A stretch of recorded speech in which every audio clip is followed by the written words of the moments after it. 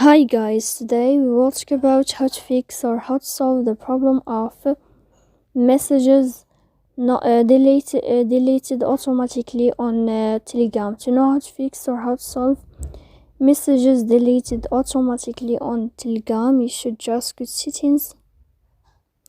Here you can click apps, default apps, app settings. Then this list will enter to the window or to the app of Telegram, and you can click. Here in this page of app info, we click on first stop and you can click OK.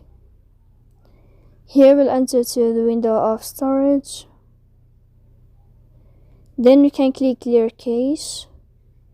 Don't click manage storage if you don't want to clear your data.